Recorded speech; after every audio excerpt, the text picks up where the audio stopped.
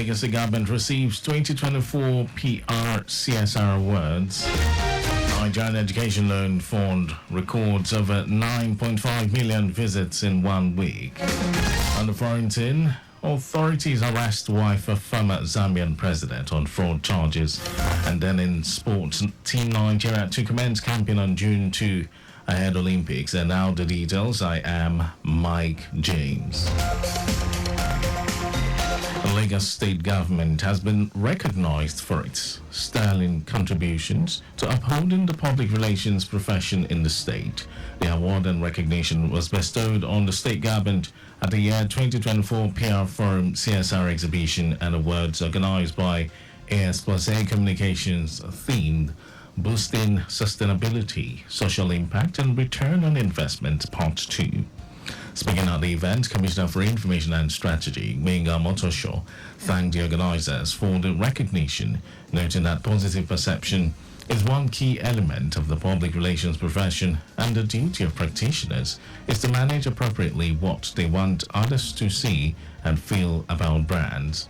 Omotosho was represented by the Director, Strategy Center in the Ministry, Kayode Oyikomi, added that the Lagos state government remains a responsive and responsible government and a top-notch public relations brand as it continues to implement the Themes Plus agenda of the Babajide Sanwo-Olu administration.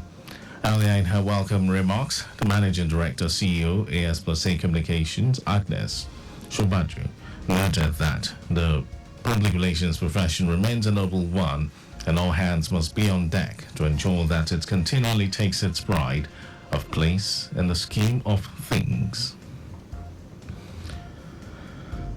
Lagos State Commissioner for Basic and Secondary Education, Tolani Alibalogu, has met with private school owners below tertiary level to canvass compliance with existing and new federal and state laws guiding educational standards and operational practices.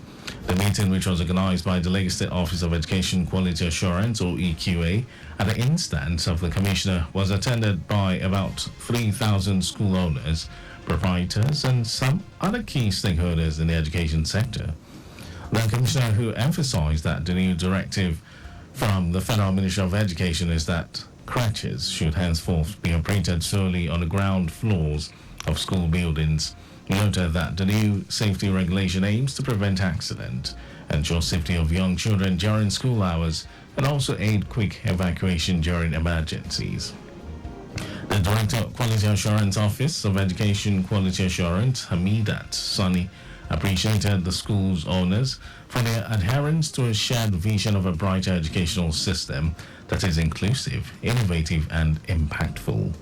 While engaging the school owners during the meeting, the Director of Monitoring and Investigation, Kamaruddin Akodu, noted that OEQA officials during their visitations to schools observed that a number of school owners are not aware of what government expects from them, hence the need to regularly engage them. The Nigeria Police has unveiled a platform for reporting cybercrime in its bid to reinforce its commitment to tackle digital threats. The new portal, managed by the NPF National Cybercrime Center, is now accessible with a new site replacing the old site. Police spokesperson Olumiwa Dejobi, who said this, noted that the portal featured improved tracking and response mechanisms for timely action on reported cases. He urged the public to utilize the platform to aid in the fight against cybercrime in Nigeria. And now to the rest of the stories. The Nigerian Education Loan Fund, NEL Fund, says it has recorded over 9.5 million visits to its office from students in federal tertiary institutions regarding the student loan since it opened its portal last Friday.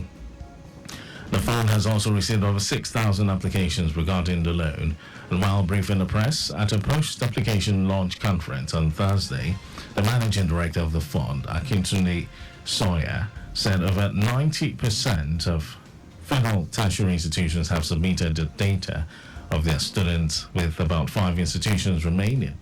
According to him, a NEL Fund portal will be open for students and state-owned tertiary institutions following their outcry. Sawyer urged the authorities of the state tertiary institutions to submit the students' data to ensure that the process is seamless. The National Hajj Commission of Nigeria, NACON, has called on state pilgrims welfare boards to partner with the National Drug Law Enforcement Agency, NDLEA, to prevent the smuggling of prohibited items into Saudi Arabia.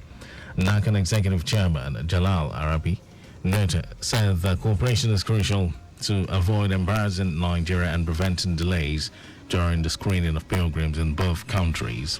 Arabi, who emphasized that intending pilgrims have been cautioned against traveling with illicit drugs, kola nut and cigarettes into the Kingdom of Saudi Arabia, said the host country holds strict laws against drug trafficking and the penalty is death.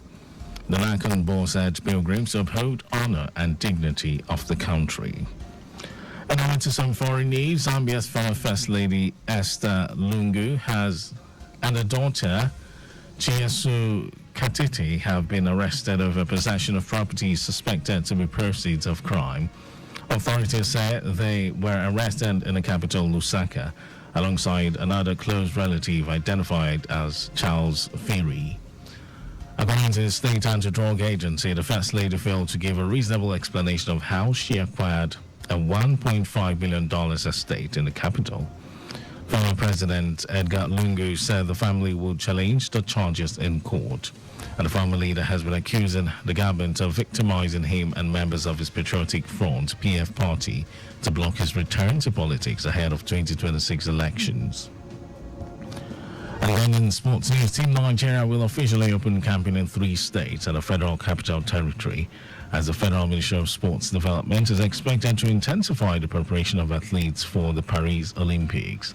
The states for camping include Lagos, Bayelsa, Oyo, and the FCT. Minister of Sports Development John Enner announced this in Abuja at a ministerial strategic technical meeting aimed at preparing Team Nigeria for the Paralympic Games.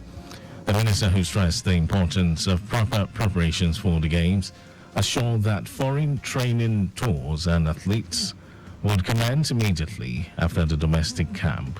He said some countries with proximity to France, such as Germany, Spain, Italy, and even US, would be visited during the foreign tours for the Paris-bound athletes.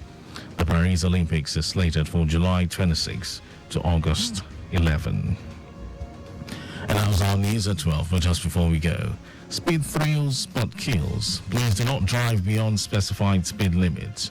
You can follow us and like all our various social media platforms: X, Traffic Radio 961, Instagram, Lagos Traffic Radio 961. Subscribe and watch our news and programs live on YouTube at Traffic Radio 961. You can also visit our website, trafficradio961.ng. Did you know that the Sanwo-Olu administration injected 100 high-medium capacity buses for standard routes? You can get more details on the Lagos State government website. And to end the news, here are the highlights of the major stories. Lagos State government has been recognized for its sterling contributions to upholding the public relations profession in the state. The Nigerian Education Loan Fund, NEL Fund, has recorded over 9.5 million visits to its office from students in federal tertiary institutions regarding the student loan since it opened its portal last Friday. We also told you that Zambia's former First Lady Esther Lungu and her daughter Chiasu Katiti have been arrested over possession of property suspected to be proceeds of crime. And then in sports, Team Nigeria will officially open camping in 3 states and the Federal Capital Territory, as the Federal Ministry of Sports Development will intensify the preparation of athletes for the Paris Olympics. And for contact with the newsroom, send a message to info@trafficradio961.ng. That ends the news broadcast. This was compiled by Adirayedu Olaya. Thank you, Lagos, for listening. My name is Mike James. Beautiful and rainy Friday these. In a bit, we shall be connecting with the duo of Micah Arocha and Timotokwe Peterside for GNI on Go. To have yourself a wonderful time.